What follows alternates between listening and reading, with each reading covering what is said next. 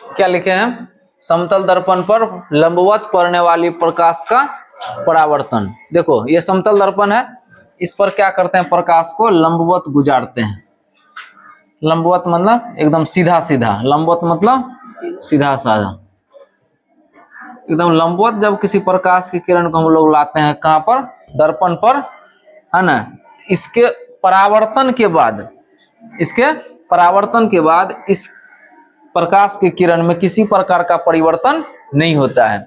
ये क्या होता है, इसी अक्ष पर लौट जाता है। क्या होता है, इसी अक्ष पर। जैसे आप लोग टॉर्च बारे हैं, टॉर्च बारे हैं, जैसे सीधा बारिएगा दर्पण पर तो क्या करेगा, सीधा फोकस करेगा, रिफ्लेक्ट करेगा। ऐसे दर्पण ले लीजिए, ऐसे करके टॉर्च बारिएगा, क्या होता है, जितना इस सतह से कोण बनाते हुए आपतित हो रहा है, उतना इस सतह से कोण बनाते हुए परावर्तित होगा। उसी तरह से दर्पण पर जब लंबवत हम लोग प्रकाश की किरण को क्या करते हैं, लाते हैं, तो परावर्तन के बाद क्या होता है, फिर उसी अक्ष पर सीधे सीधे लौट जाता है ना। एक क्या करेंगे, एक टॉर्च ले लेंगे, एक दर्पण ले लेंगे, एकदम सीधा सीधा बार करके देखेंगे तो क्या होगा,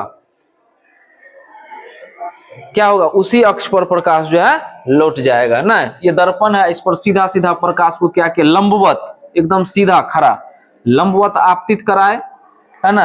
आपतित जब कराए तो क्या प्राप्त हुआ कि प्रकाश परावर्तन के बाद सीधा सीधा इसी अक्ष पर लौट गया ना। तो हम क्या है, हमारा समतल दर्पण पर लंबवत पड़ने वाली प्रकाश का परावर्तन। जब तो हम लोग क्या देख रहे हैं, जब समतल दर्पण पर लंबवत प्रकाश की किरण को आपतित कराया जाता है तो परावर्तन के बाद प्रकाश में किसी प्रकार का विचलन नहीं होता है, प्रकाश उसी अक्ष पर पुनः लौट जाती है। बात समझ में आया, यही डायग्राम बना हुआ, लिखिए लिखिए लिखिए। जब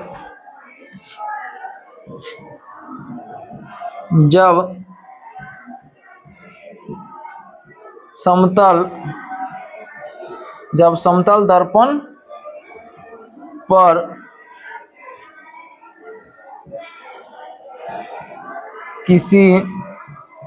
किसी प्रकाश के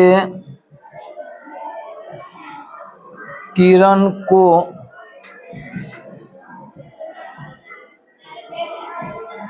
लंबवत गुजारा जाता है तो क्या लगा, जब समतल दर्पण पर किसी प्रकाश की किरण को लंबवत गुजारा जाता है तो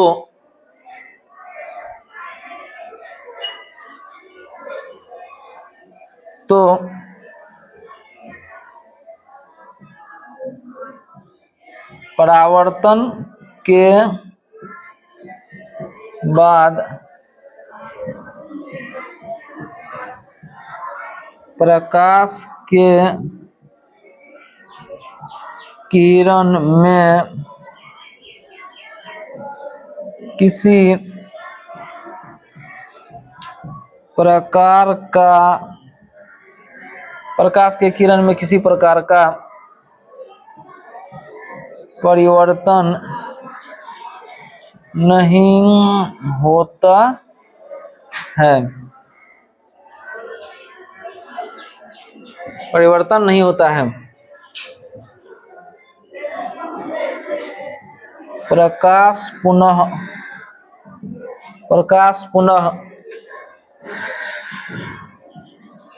उसी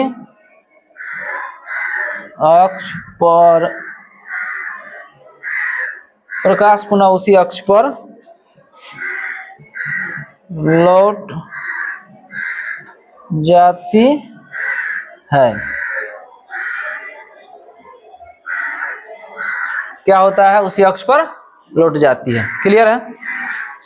समतल दर्पण पर लंबवत पड़ने वाली प्रकाश का परावर्तन। तो क्या हम लोगों ने देखा कि जब समतल दर्पण पर कोई प्रकाश किरण को लंबवत गुजारा जाता है, परावर्तन के बाद उसमें किसी प्रकार का परिवर्तन नहीं होता है, क्या होता है, उसी अक्ष पर लौट जाता है। वही बात लिखे हैं, जब समतल दर्पण पर किसी प्रकाश की किरण को लंबवत गुजारा जाता है तो परावर्तन के बाद प्रकाश की किरण में किसी प्रकार का परिवर्तन नहीं होता है, प्रकाश पुनः उसी अक्ष पर लौट जाती है। कोई दिक्कत किसी को? चलो लिख लिए हैं सब, बढ़िए आगे लिखिए।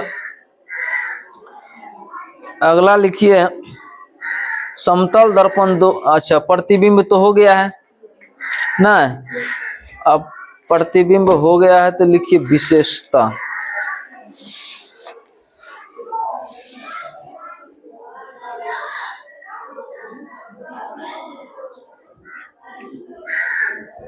रोक नहीं सकता तब तक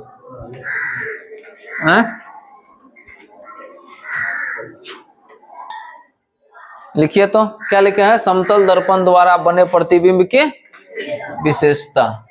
1 नंबर में लिखिए। अच्छा बताओ तो समतल दर्पण में जो प्रतिबिंब बनता है दर्पण के आगे बनता है कि दर्पण के पीछे बनता है? दर्पण के पीछे बनता है। लिखिए लिखिए समतल दर्पण में बना प्रतिबिंब क्या होता है? दर्पण के पीछे होता है। क्या होता है? समतल दर्पण में बना प्रतिबिंब दर्पण के पीछे होता है। दूसरा पॉइंट बताओ कोई।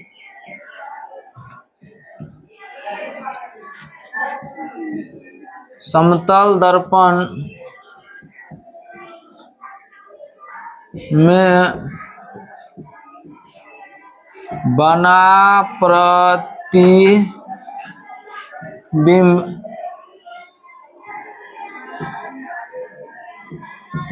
वस्तु जितना दर्पण के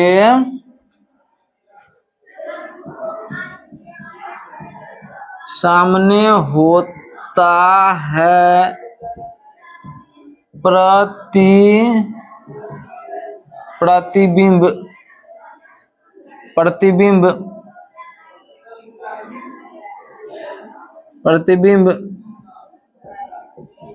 दर्पण के उतना ही पीछे बनता है। मतलब वस्तु जैसे समझ करो ये दर्पण है, इसके सामने जितना नजदीक में क्या रहेगा वस्तु रहेगा उतना ही पीछे दर्पण के प्रतिबिंब बनेगा। जितना दर्पण के सामने जितना दूरी पर वस्तु रहेगा प्रतिबिंब उतना ही दर्पण के पीछे दूरी पर बनेगा। बात समझ में आया? तीसरा पॉइंट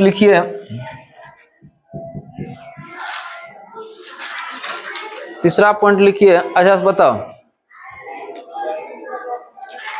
समतल दर्पण के सामने किसी भी वस्तु का पूरा प्रतिबिंब देखने के लिए, जैसे सपोज करो मुंह चेहरा देखते हैं, क्या करते हैं? पूरा मुंह के पास सटा लेते हैं, तब क्या करते हैं? एक डिस्टेंस मेंटेन करते हैं, तब हमारा चेहरा दिखता है। तो बताओ कोई भी वस्तु है उसका पूर्ण प्रतिबिंब देखने के लिए, है ना, दर्पण को कितना दूरी पर या क्या करना पड़ेगा? तो किसी दर्पण के सामने किसी भी वस्तु का पूर्ण प्रतिबिंब देखने के लिए दर्पण के वस्तु के ऊंचाई का, किस चीज का? वस्तु के ऊंचाई का आधे ऊंचाई पर, कम से कम कितना ऊंचाई पर? ऊंचाई पर किसको रखना पड़ेगा? दर्पण को। तब जाकर के उस वस्तु का पूर्ण प्रतिबिंब दर्पण में बनेगा। सपोज करो हम इतना बड़ा है, मेरा अगर पूरा प्रतिबिंब देखना चाहते हो कौन चीज में? दर्पण में। तो क्या करना है? इस हमारे ऊंचाई के आधे ऊंचाई पर कम से कम क्या करना पड़ेगा? दर्पण को रखना पड़ेगा ना। तो लिखिए समतल दर्पण में किसी वस्तु का पूर्ण प्रतिबिंब देखने के लिए समतल दर्पण में किसी वस्तु का पूर्ण प्रतिबिंब देखने के लिए वस्तु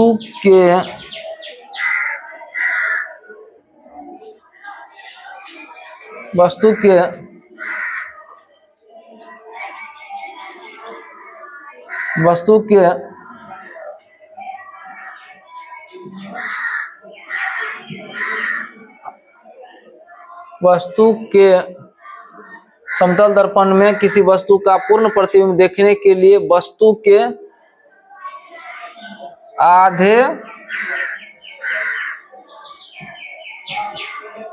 के आधे ऊंचाई पर दर्पण को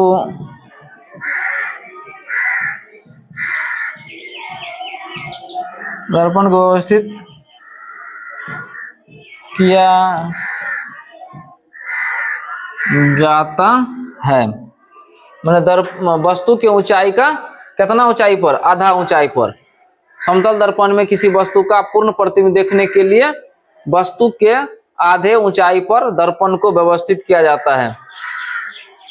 वस्तु के आधे ऊंचाई पर, जितना बड़ा वस्तु है उसका कम से कम आधा ऊंचाई पर क्या करना पड़ेगा? दर्पण को रखना पड़ेगा। अच्छा, समतल दर्पण है ना, समतल दर्पण को फिक्स कर देते हैं यहाँ पर।